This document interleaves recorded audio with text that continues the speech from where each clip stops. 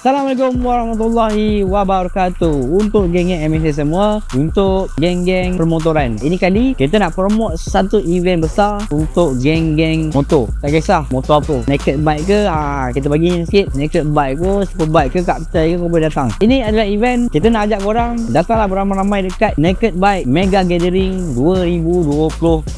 Kat mana tempat? Merlimau Drag Street Melaka. Bila 29 hari bulan 11 2025. Dan untuk lokasi kali ni sangat-sangat sesuai sebab kita boleh adakan pelbagai aktiviti untuk korang. Kenapa nama dia Naked Bike Mega Gathering?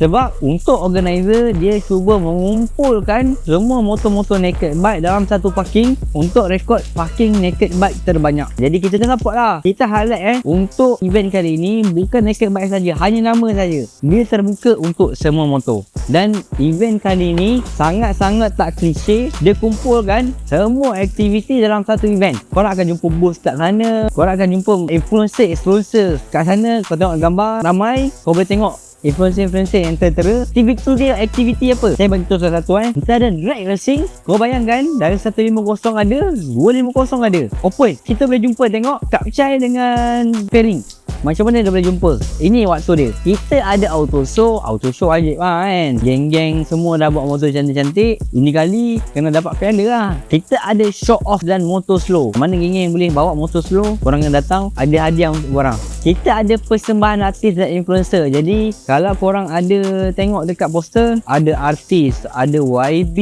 ada influencer. Korang mesti ada peminat-peminat influencer kan. Korang datang. Ini waktu mana influencer yang main motor, ini kali korang nak kena kenal. Dan ini kali korang datang tak tangan kosong.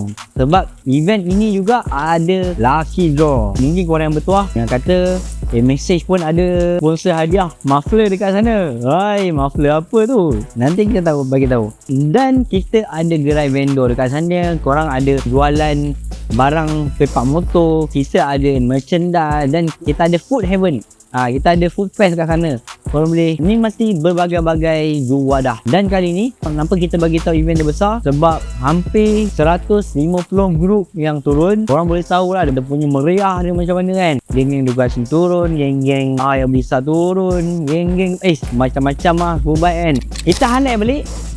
Jom kita serbu Naked Bike Mega Gathering 2025 bertempat dekat Merlimau Drag Street. Take note, wait siap-siap pada 29 hari bulan 11 Sabtu ni 2025. okey. Standby rantai, spray minyak rantai, minyak hitam kena cukup, standby baju kau boleh tidur sana. Ni kali korang akan datang. Saya nak bawa 15 ni, okey tak? Kita jumpa kat sana. Mari.